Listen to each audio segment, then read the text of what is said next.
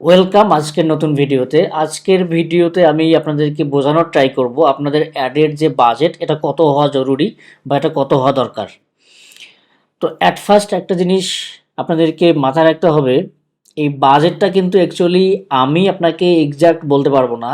Even আমি না, কোনো মার্কেটারই আপনাকে এই বাজেটটা এক্স্যাক্টলি বলতে পারবে না যে আপনার এই ক্যাম্পেইনের জন্য এই বাজেটটা সেট করলে আপনি ভালো রেজাল্ট পাবেন। এটা কখনোই কেউ বলতে পারবে না যদি সে অ্যাকচুয়ালি মার্কেটার হয়ে থাকে।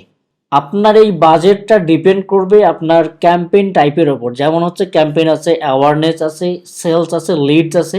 এরকম যখন আপনি ক্যাম্পেইন টাইপ সিলেক্ট করবেন, আপনার ক্লায়েন্টের সাথে কথা বলে আপনি যখন আপনার এই ক্যাম্পেইন টাইপগুলো সেট আপ করবেন বা ক্লায়েন্টের কথা শুনে যখন মনে হবে যে এই ক্যাম্পেইনটা আপনার ক্লায়েন্টের জন্য রান করা উচিত, তখন আপনি ক্লায়েন্টকে বলবেন। যদি সাপোজ আমি কথার কথা আপনাকে যে বলি, যদি আপনার ক্লায়েন্টের ক্যাম্পেইন হয় লিড ক্যাম্পেইন, যে তার হচ্ছে প্রতিদিন 100 করে লিড দরকার, আমি তাকে বলবো যে ভাই আপনার প্রতিদিন তো 100 লিড দরকার, আপনি একটা করে লিডের জন্য কত টাকা খরচ করবেন।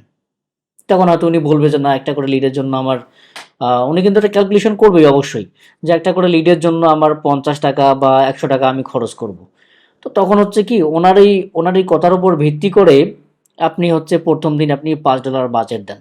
$5 বা $10 বাজেট দিয়ে দেখেন তার ওই রিকোয়ারমেন্ট ফুলফিল হয় কিনা। ওনার যে বাজেট এক পার লিডের জন্য, আপনি প্রতিদিন $5 খরচ করে ওনার রিকোয়ারমেন্টে পৌঁছানো সম্ভব নাকি। যদি না হয় তাহলে আপনি ক্যাম্পেইন টাইপ একটু চেঞ্জ করেন। যেমন ধরেন প্রথমে আপনি অ্যাওয়ারনেস ক্যাম্পেইন করেন, তারপর হচ্ছে আপনার যে ভিডিও ভিউজ ক্যাম্পেইন আছে এই টাইপের ক্যাম্পেইনগুলো করতে পারেন, বা এঙ্গেজমেন্ট টাইপের কোনো ক্যাম্পেইন এগুলো করতে পারেন। এগুলো করার পরেই আপনি আবার নতুন করে একটা ক্যাম্পেইন রান করতে পারেন লিডের জন্য। তখন দেখেন কোনো ইমপ্রুভ হয় কিনা। এরকম 2-4টা ক্যাম্পেইন যখন আপনি টেস্ট করবেন, দেখবেন যে এখান থেকে একটা ক্যাম্পেইন বা 2টা ক্যাম্পেইন কিন্তু সাকসেস হবে। এই সাকসেস ক্যাম্পেইনটাকে ধরে ধরে আপনি তখন বাজেট বাড়াতে থাকবেন, তখন আপনার ক্যাম্পেইনটা কিন্তু সাকসেস হবে।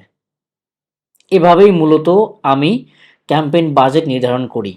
শুধু আমি না, যারা হচ্ছে ইন্টারন্যাশনালি বড় বড় মার্কেটার, যারা আসলে ভালো ভালো কোম্পানির সাথে কাজ করে এবং ভালো ভালো রেপুটেশন নিয়ে কাজ করে, তারা কিন্তু আসলে এভাবে বাজেটটাই নির্ধারণ করে মূলত। কখনোই ক্লায়েন্টকে বলে না যে আপনার এই ক্যাম্পেইনের জন্য এই বাজেট হওয়া জরুরি। এটা কোনো মার্কেটার কখনোই বলতে পারে না। সো ভালো থাকবেন, দেখা হচ্ছে পরের ভিডিওতে। আল্লাহ হাফেজ।